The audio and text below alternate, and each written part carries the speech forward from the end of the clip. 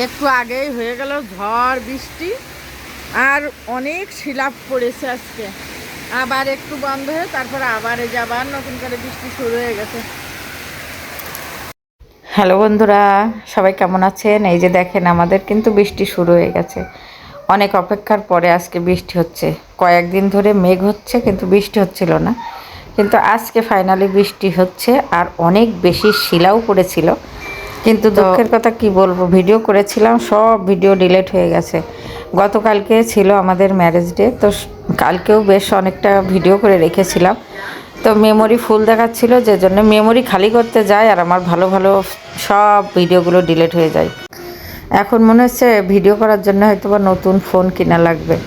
তো ওই ইচ্ছা নেই যে দামি ফোন কিনে ভিডিও শুরু করব, কারণ কি এখান থেকে আমার কোনো ইনকাম হবে কিনা আমি জানি না।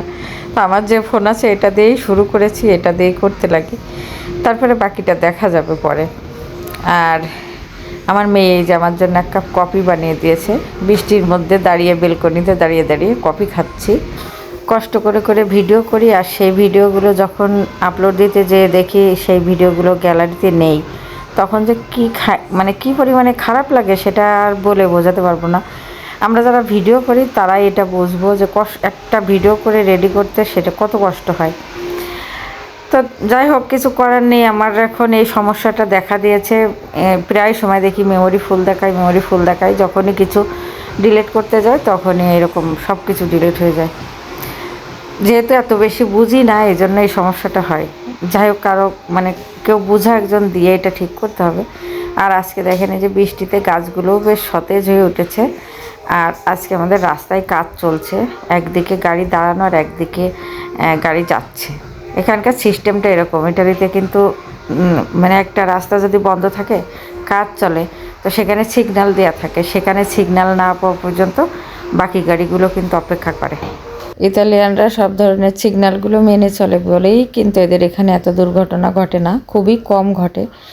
আর আমাদের দেশে তো দুর্ঘটনার কথা আর কী বলবো, প্রতিদিন রাস্তায় কত মানুষ যে জীবন হারাচ্ছে, শুধুমাত্র এরকম সচেতনতার অভাবে, কিছু নিয়মকানুন মানে না, যে কারণে আমাদের দেশে এত দুর্ঘটনা ঘটে।